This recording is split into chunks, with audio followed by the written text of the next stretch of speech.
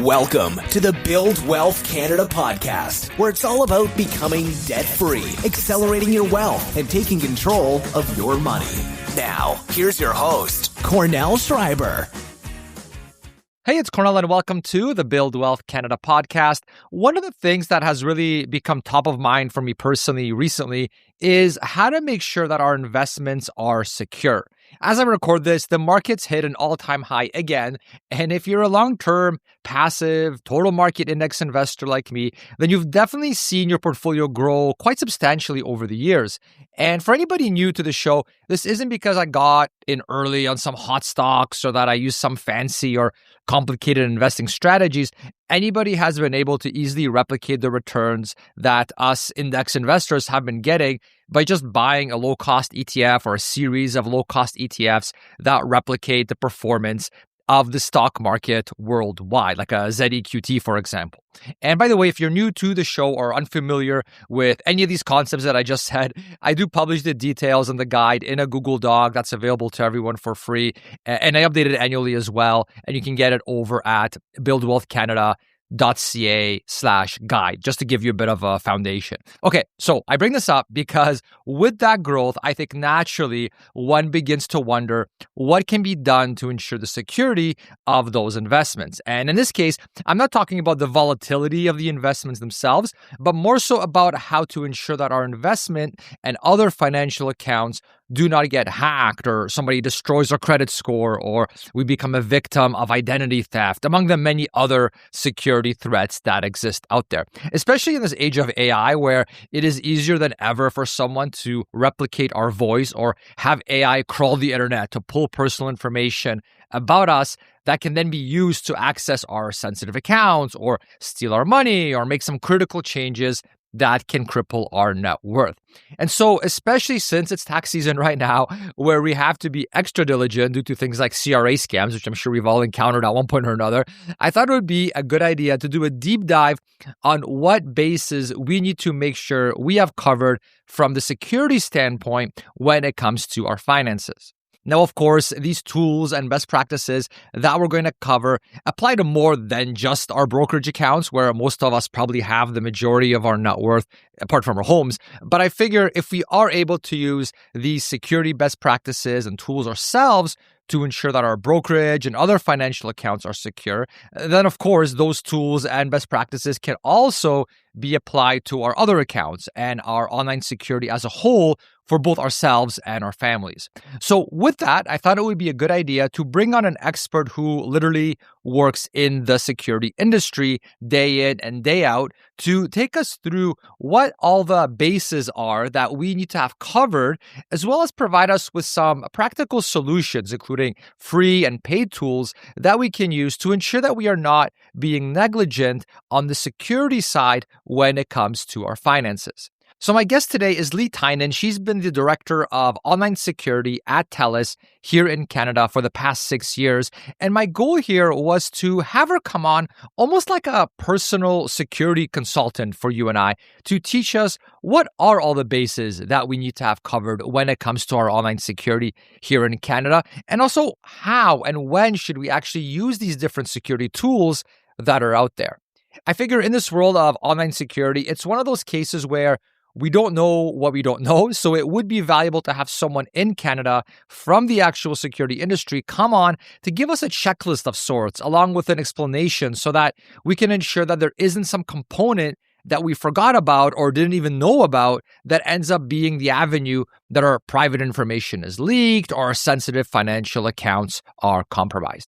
So I'm excited to get into it. Let's dive into the interview with Lee. All right, Lee, welcome to the show. Thank you so much for having me.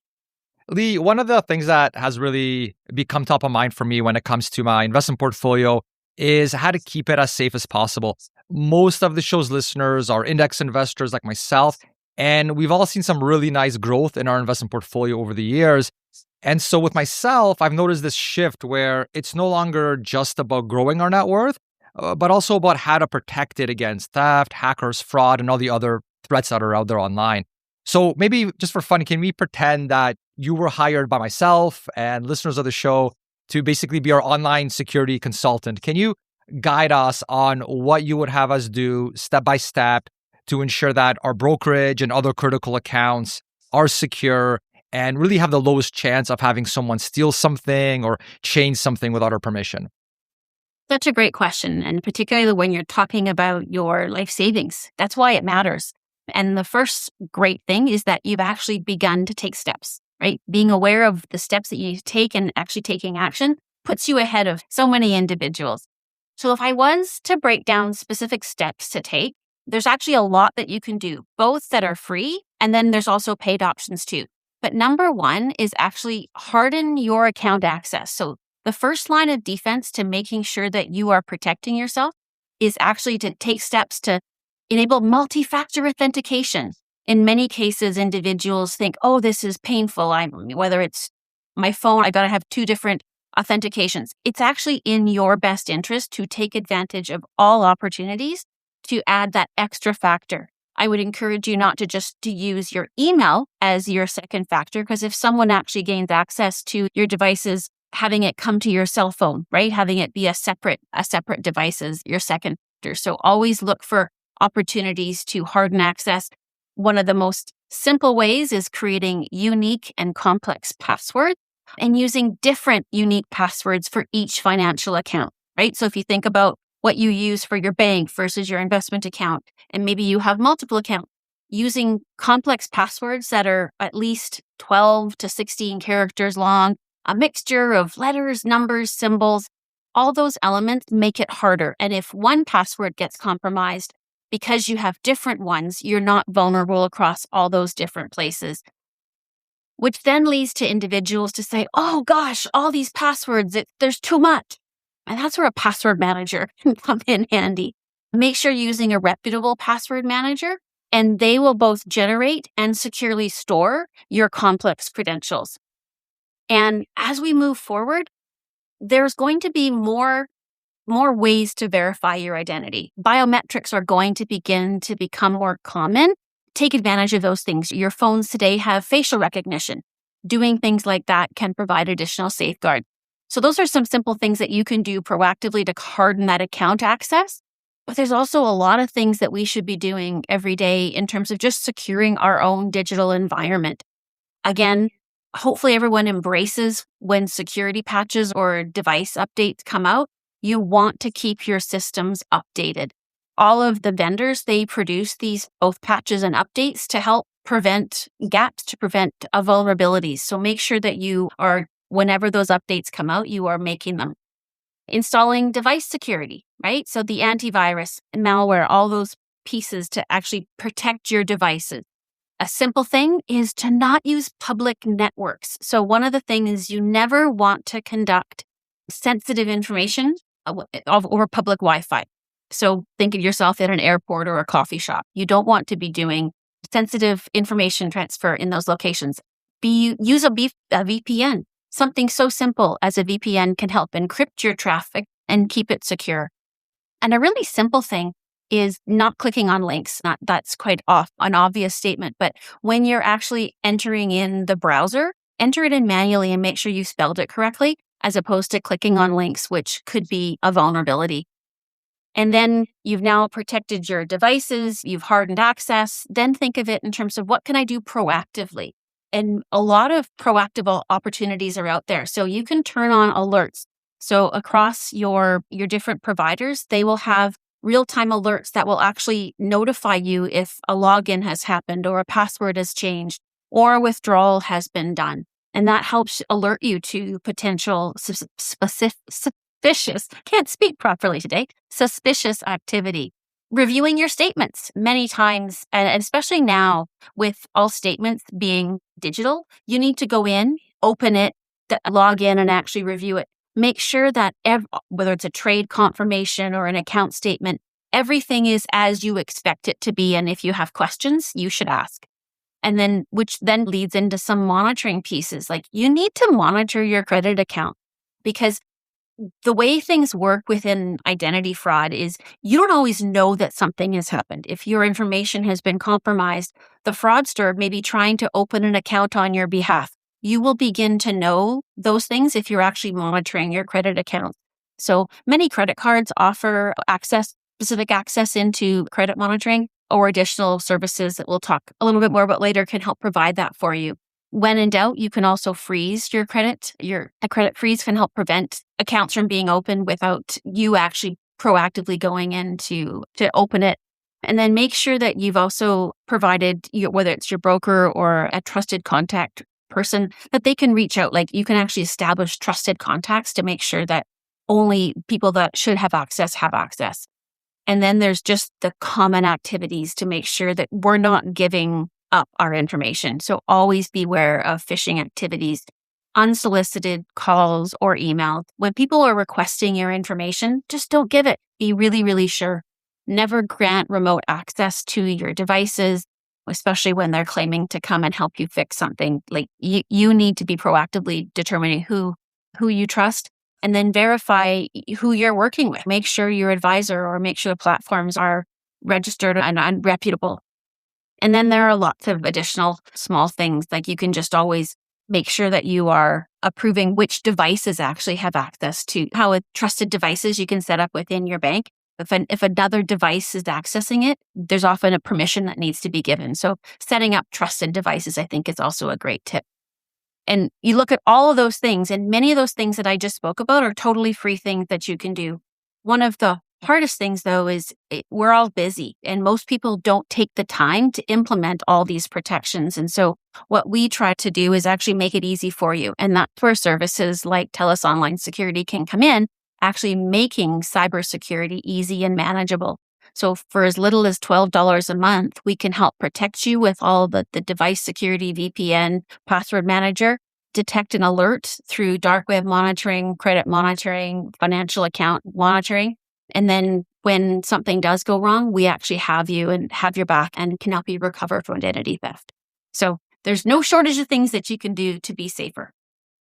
Wonderful. What a great answer. Thank you. And yeah, I actually started using the telesecurity service recently as well. And yeah, that was one of the things I really liked about it, was how everything was in one software essentially, which made things really nice. Because like when you were saying that list of things, right, there's the password manager, okay, and then there's all these other components, right, like the antivirus and anti-malware, and then the credit monitoring, all just a whole list of things. And so it can be a bit overwhelming, especially like I'm a busy dad. And so it's okay, I need an app, password manager app. Okay, check. Okay, now I need antivirus. Okay. And so it's a lot and it's easy to put off. And so I really enjoyed actually that whole all-in-one component, because I've been using these individual ones for my own security in the past. And it's kind of a hassle, right? And I'm always kind of like, is there a base that's uncovered that I forgot about? And so I did like how with the one that I'm using with you guys now, it actually covers all those bases. And then it's easy to actually access it. If I want to turn on VPN, I don't have to look for a VPN provider. It's like, okay, it's already included. Great. So I can turn that on. So that was super, super convenient. And yeah, thanks for that checklist. I feel like I should listen to that question again, or your answer rather, and just create an actual checklist at a high level just to make sure that we have all the bases covered. We'll get, just for the listeners, we will get into the specifics of each of those, just so that you know a little bit more about like, okay, with VPN, how does it work? When should you use it? When do you really not need to use it? And things of that nature, just so that we can get into the details for the listeners. But I think, so we'll get into that a bit later, but I really like how you provided a nice high level overview of basically what are the bases that we need to have covered, and just so that we can see if there are any blind spots that maybe we've overlooked over the years just because we're all busy. So that's awesome. Thank you so much for that. That was a very comprehensive list. And then I'll try my best for the rest of the interview to make it not overwhelming and make it easier for people, and as we talk about each of those ones. That's awesome. But before we get into that, it is tax season right now. We're recording this in early April. And so I suspect that tax season here in Canada is one of the peak times that fraud occurs and that scammers are especially looking for unsuspecting victims at this time. I figure people are rushing to file their taxes. They're using the CRA website a lot probably.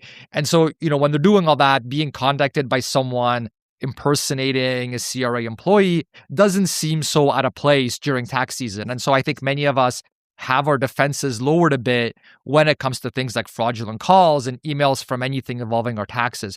Based on your experience, have you found this to be the case? Should we be extra diligent during tax season? Absolutely. It's not surprising. So cyber criminals are active all the time. As many of you see, probably many of your listeners have received some kind of SMS text today that's fraudulent. What happens though at tax season is we're expecting some information. We are more open to some of the feedback. And so that's what puts us at greater risk. Obviously, scammers look to capitalize on, right? The tax forms have a gold mine of information. And with 93% of Canadians now filing taxes online, we are engaging that way. So fraudsters have looked for all new ways to begin to take advantage of that.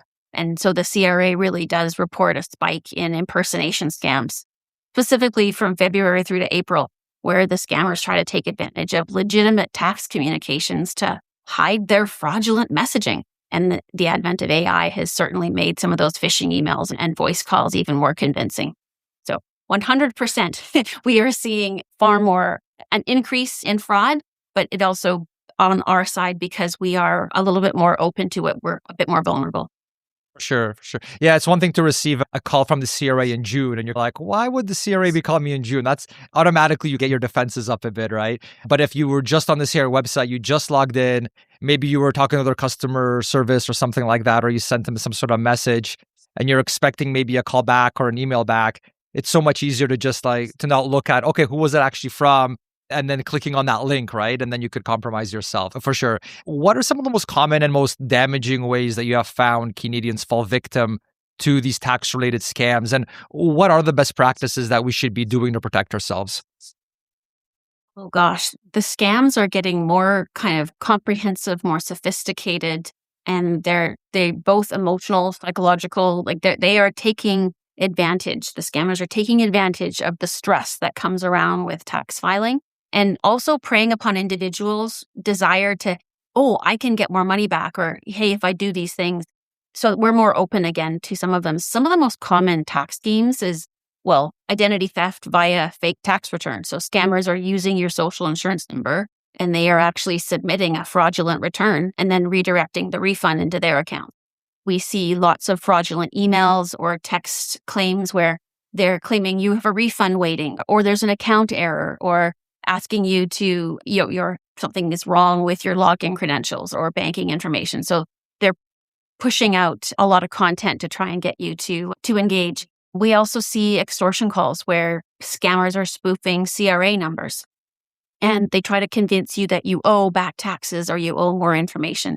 So owing money, and that obviously people panic, think, what do you mean? And we're more vulnerable to respond.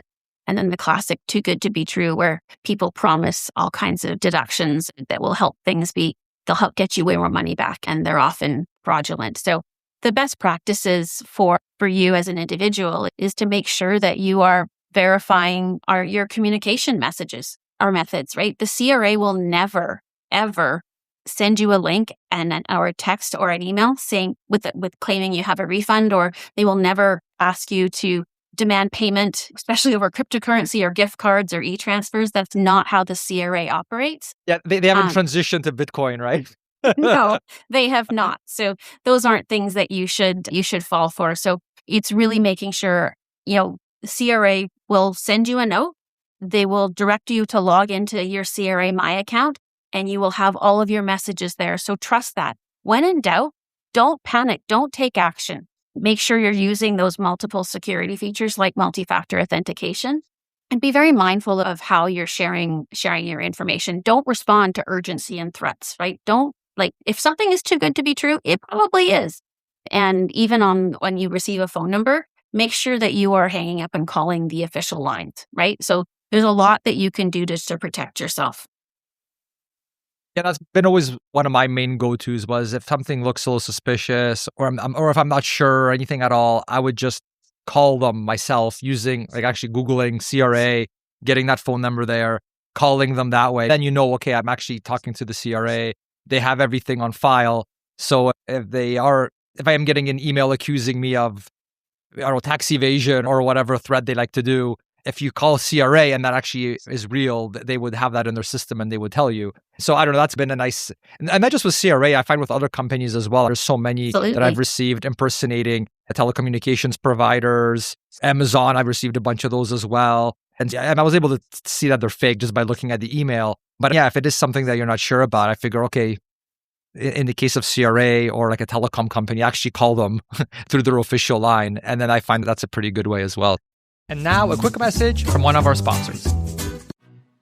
It's the small things that make us Canadian. At BMO ETFs, all of our tickers start with Z. That's right, Z, not Z. From ZSP to ZEB, we know how to build solutions for the Canadian investor. So the next time you invest in ETFs, consider a Z instead. Visit BMOETFs.com for more. Now, the security technology, it has definitely evolved over the years. I remember decades ago, it seemed to mostly be about setting a good password and then using unique passwords, not just having the same one for everything. But these days, like you already touched on a bit, there are many different types of security, whether it's PINs or biometrics. There's authenticator apps, which we see start using that as well. Push notifications, passkeys, I see a lot more now as well. I realize there's a lot of them out there now. But can you take us through the ones that you think are most important for us to know about? And can you tell us which ones you think we should prioritize when securing our accounts? Because sometimes we sign up for an account and there's multiple options in terms of what kind of security we want. Are there ones that we should really have top of mind because it does tend to be the more secure method of security? An interesting question. So I think we've talked through some of the most basic pieces, which is multi-factor authentication. CRA also has a personal identification number, the PIN that you can also use to verify. For most individuals, like, yes, corporations using a lot of passkeys and some of those more technical tools, not as common for the average individual. There are some authenticator apps. I know Google has a Google Authenticator. If you want to explore physical security keys, you certainly can. It's just not as common in a non-corporate environment. So the pieces that are most important for the average individual is the unique and complex password, using a password manager. If there is biometrics, engaging multi-factor authentication, putting preferred devices, all of the notifications, all those things that we've already talked about to make sure that you are protecting your accounts, the alerts, the real-time alerts that we also had spoken of. Those are the main things that I think the average individual would use. For sure, corporates, I use a YubiKey for my business, in our corporate world. It's just not as common for the individuals. That's great. Are there any new threats that have arisen with the development and the continuous improvement in AI that we may not really be familiar with and that we should be especially on the lookout for? Like, I noticed the voice generation technology has become incredibly powerful, where anybody could just put in a script and then make something sound like someone else using a sample of their voice. This is just available to everyone now. So that's what jumps out to me as a podcaster. Like, I have this tool available just through my editing software, which is very nice if you're editing a podcast, but not so nice if someone's using that to impersonate a family member, making you believe there's some emergency, send money, or whatever the case may be. I can see there being a lot of bad ways of using it as well. Is there anything that you've seen with this AI development that you think we should be especially vigilant about? Oh, for sure. You nailed it. With AI can be used for a million good reasons, but it can also be used for some not so good. And it's really helped the scammers. They operate like businesses today, right? They operate like an organization.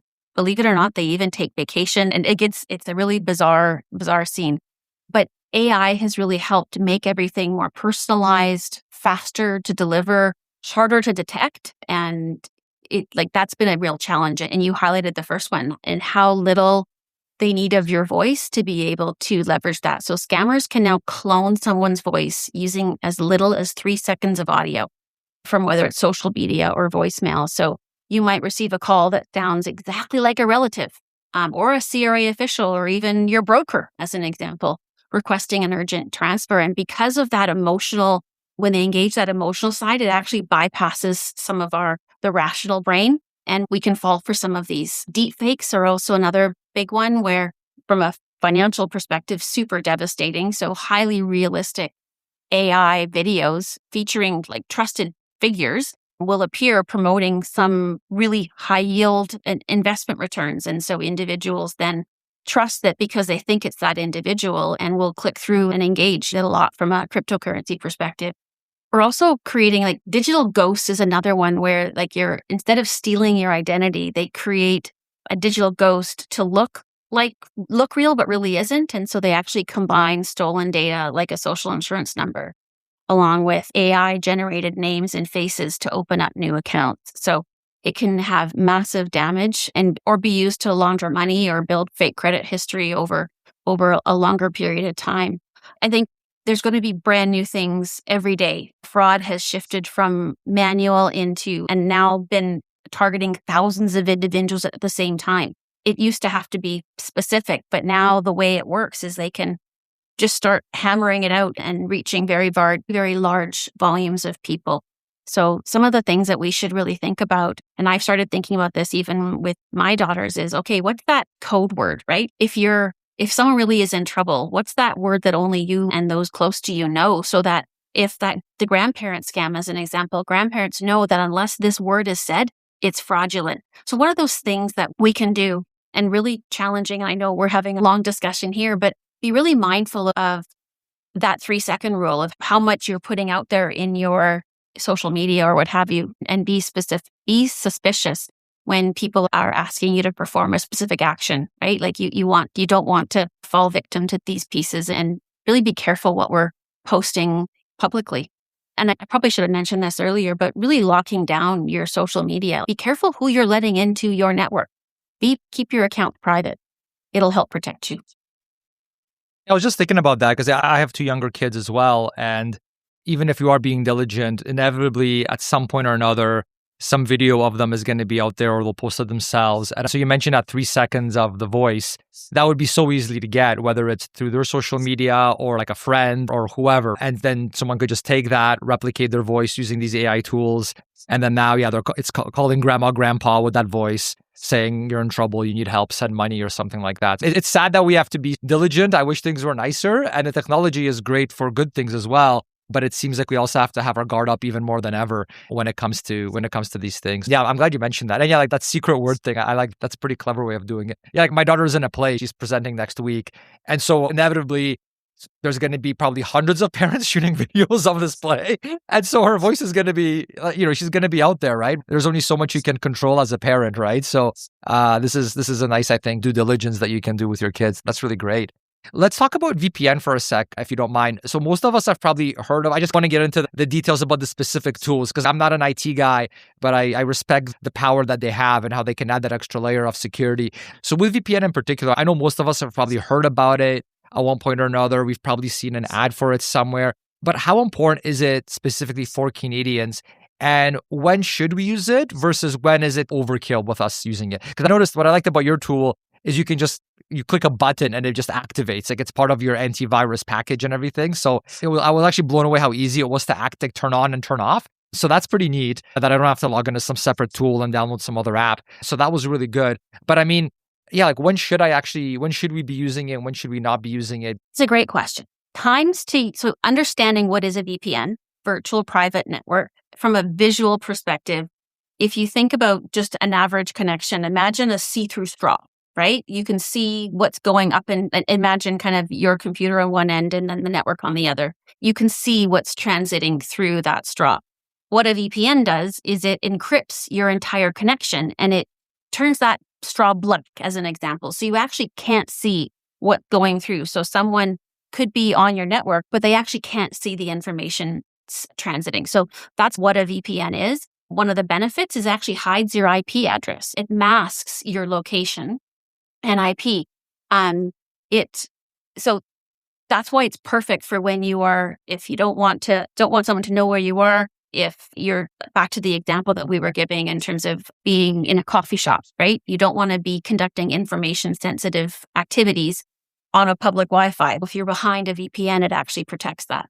So when you're in your home, and if you have a password protected router, you probably don't need to have your VPN be on unless you want to make sure that the information that you're passing is secure. So when you're in your home, it's less important as long as you are behind a password protected router. When you are out in the world, you probably do want to be on it. And from a lot of corporate perspectives, they prefer us to be behind VPNs just to, again, ensure that our information stays protected. Does that answer your question? It does, yeah. And then with password managers, let's talk about that for a minute. Definitely a critical tool. I've been using it for forever now. But one thing I've always wondered about when it comes to those is, so for example, Google Chrome has its own built-in password manager, right? Apple products has their own password manager built in. And then there's third parties as well. Like you guys have your own, I know as well. There's other ones like LastPass, for example, as well. So how can you tell which one's good, which one's not? And also there's different levels of security too, right? A login to like a news website is obviously not as valuable as the login into your brokerage account where most of your net worth is, right? How do you, for yourself or what you advise people, how do you decide which one to use for what? Where do you draw the line? Okay, there was a lot there. So the first thing that I want to say is back to one of my very first points is unique and complex password. Because when you say that a password to a brokerage account versus a password to a news media piece, yes, they're different in terms of level of information that is there. But if you use the same password across both, you're vulnerable. So most important thing is using unique and complex password. And most people become overwhelmed. So the next step would be to use a password manager because I have seen my mom, as an example, is her Post-it note strategy. Put my passwords up on Post-it. You need some way because we have so many logins because everything we do today is digital. So using a password manager helps you do that. It also helps you create longer and more complex passwords because you're not needing to memorize all of them, right? That's what drives people to use the same or reuse the same password. So a password manager helps you, it stores them. So a password manager works as an encrypted, cloud-based, like digital vault effectively that actually manages all those online credentials. So it's designed to help make sure that you aren't using weak or aren't reusing passwords across multiple logins. What it does and why you should consider it is there's that single master password to get into the entire vault. And then you also have all your individual passwords. It's really, really smart to use them because in today's digital world, we just have so many passwords. One of the other benefits that a password manager offers is it actually syncs across devices. Because quite often, if you've saved a password within one device and then you're on a different one, you're like, oh gosh, I can't remember what it is. When you have a password manager, it can sync across all those. And you can also have different levels of the information. A password manager, and my recommendation would be if you subscribe to TELUS Online Security, we provide one that's included.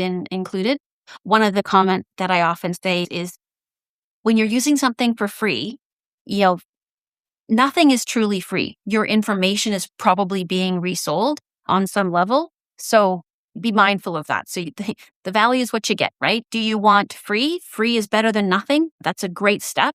But also understand that there's the person that's offering that to you for free is selling something to be paid to monetize that free product. So I would consider the paid versions and you can go and explore just, again, searching online, highest rated. So make sure that you're choosing to engage with established and trusted providers. Yeah, I think that's a good tip just in general as well, where if a business is offering something for free, they just have a different monetization model. So, okay, they're not charging you a subscription fee, but they still need to exist. They still need to probably pay for the servers and their staff. They're making money somehow. So, yeah, they're not like a nonprofit that's getting all their money from the government. They're trying to, most likely, they're making their money somehow. So they just have a different way of making money on the back end. So I think that's a nice, good thing to be cautious of. And now a quick message from one of our sponsors. There are so many opinions on how to invest your money today, but it can be hard to find credible voices to rely on in the world of finance and investing. One resource I turn to every week is the ETF Market Insights YouTube channel led by today's episode sponsor, BMO ETFs. Market Insights brings in industry experts and their weekly episodes cover the hottest themes like inflation, infrastructure, healthcare, and more. Tuning in helps me stay up to date on what's happening so I can be a smarter investor. And you can also submit your own ETF questions to be answered on the show. So do yourself a favor and subscribe on YouTube to ETF Market Insights or visit etfmarketinsights.com so you can be notified when future episodes go live. And now back to the show. One thing that I've noticed, so I was looking through, because like I said, I'm using the TELUS Security suite right now.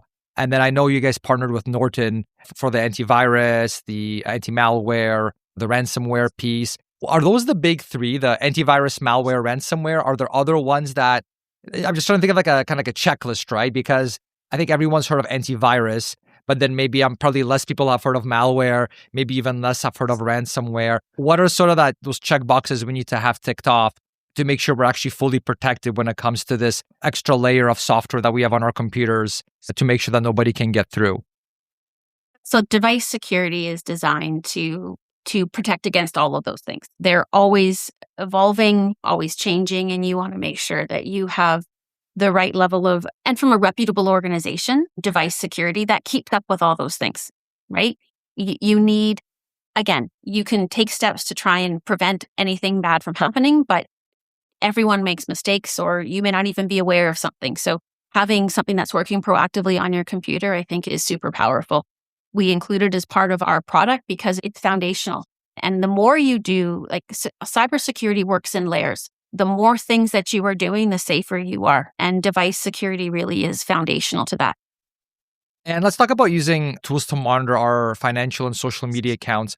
What does this entail? And can you go into more detail on the whole monitoring social media accounts piece? Because I think more people maybe aren't familiar with that. How should we be protecting ourselves? And especially for those of us with kids, I think that's worth mentioning as well. Absolutely. So social media monitoring is like a scanning tool that operates on all of your social accounts. So it's designed to detect and alert you to potential security risks or inappropriate content. It works on Facebook, Instagram, LinkedIn, X, YouTube, Snapchat, TikTok, like all the major ones. Although some of the account takeover only works on some of the main ones like Facebook, Instagram, and LinkedIn. So what does it do? Why does it help? It prevents that account takeover. So it would notify you if there was suspicious, I can't say that word today. It notifies you if of suspicious activity that might include a hack. So changes to your account settings or a suspicious post made in your name.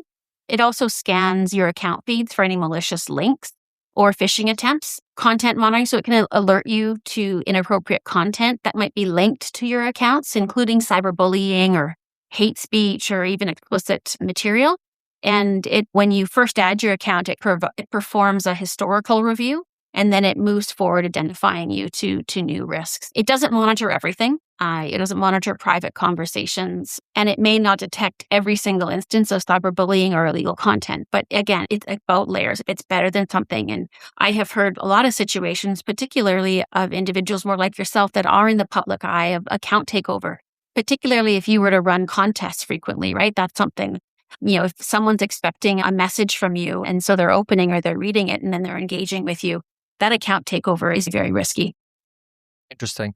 So this would be someone like, let's say, hacking into someone's Facebook account and then using that to contact that person's, let's say, parents or grandma or whatever, or like a relative and saying, we need money for this, or something of that nature. And so this would help cover that base, you would say? Absolutely. Like great example, okay. Taylor Swift. Last year when Taylor Swift concerts, individuals, like they were selling, the tickets were selling like hotcakes. And for very large sums. There was a friend of ours that had their account taken over and the scammer had posted that they had tickets for sale. And because you're operating within your trusted network, when someone says, oh, Susie is looking to sell her tickets, I trust Susie. Hey, let me know. I'll send you the money. Right. All of a sudden, like that account takeover can have really devastating impacts. Gotcha. Okay, that makes total sense. Just to quickly finish things off as well, in terms of monitoring, we talked about social account media monitoring.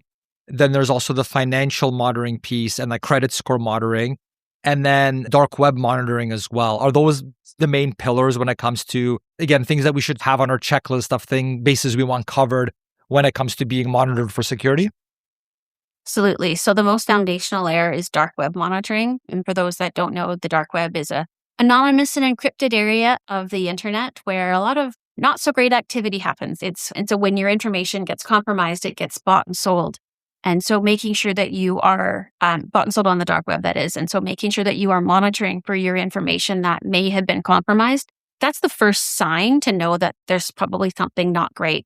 When your information then gets bought and sold, that's where credit monitoring comes in, because they then look to actually take over your identity, leverage it to open up accounts. And credit monitoring actually shows you activity based on your credit. And so you want to make sure that you are seeing what's happening, and anything that is not, you are flagging. So that's critical. And then you, depending on the level of monitoring that you want, you can set up transaction alerts. You can monitor your financial account. So all those are different levels, different layers of security. But the most basic is the dark web. I believe credit monitoring, especially for your very knowledgeable and active in the investment world, listeners, you want to make sure you're taking the next step around credit monitoring.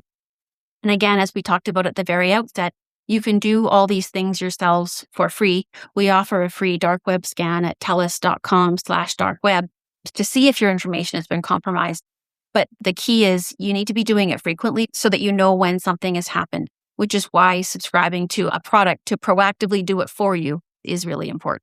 Because I think you were highlighting how many things there is to do. Yeah. Having someone help you and comprehensively protect you is really powerful.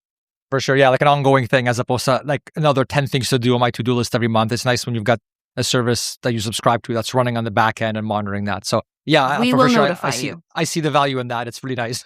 Yeah. So Lee, thank you so much for coming on. Can you tell us a little bit more about where we can learn more about online security as well as what you offer? You've already mentioned a few things, but just maybe if you can just give us one more place to go to check it out and to learn more. As well as I know you guys offer a lot of really good free educational resources as well to help educate our kids, our aging parents, and how we can take care of things ourselves as well. So yeah, maybe just can you give us a final place to look where we can learn more and also check out what you guys have to offer? I've been using it and it's been great. And where else can everybody go to check it out? Absolutely. You can learn more about how to protect yourself at telus.com/online security. As I mentioned just recently, complete a dark web scan at telus.com/darkweb, and that will help you see if you have information that has already been compromised. And then additional literacy tools. TELUS Wise is a free digital literacy education program that offers really informative resources for people of all ages. We offer workshops and resources covering all kinds of topics from protecting your online security, privacy, reputation, rising above cyberbullying, and also using technology responsibly. So Canadians can also sign up for our TELUS Wise newsletter to stay informed of the latest information. Yeah, I'm so glad you guys do these additional things as well, just to help people out. So yeah, I really appreciate that, helping educate Canadians and so that we can educate our kids and our parents and all that as well. Very much appreciated. Thanks for doing what you do. Like I said, I've been loving the service. It's been great because I'm an anxious person, so it helps me with my peace of mind, just knowing that I'm covered on the back end. So thanks again, Lee. It was great meeting you. And thanks again for coming on. Thank you so much for having me. All right, take care. Bye. All right, I hope you enjoyed the episode. Please share it with someone that you think may find it useful. And of course, leaving a review on Apple Podcasts or Spotify is always super appreciated as well. Thanks for listening to the Build Wealth Canada podcast at www.buildwealthcanada.ca.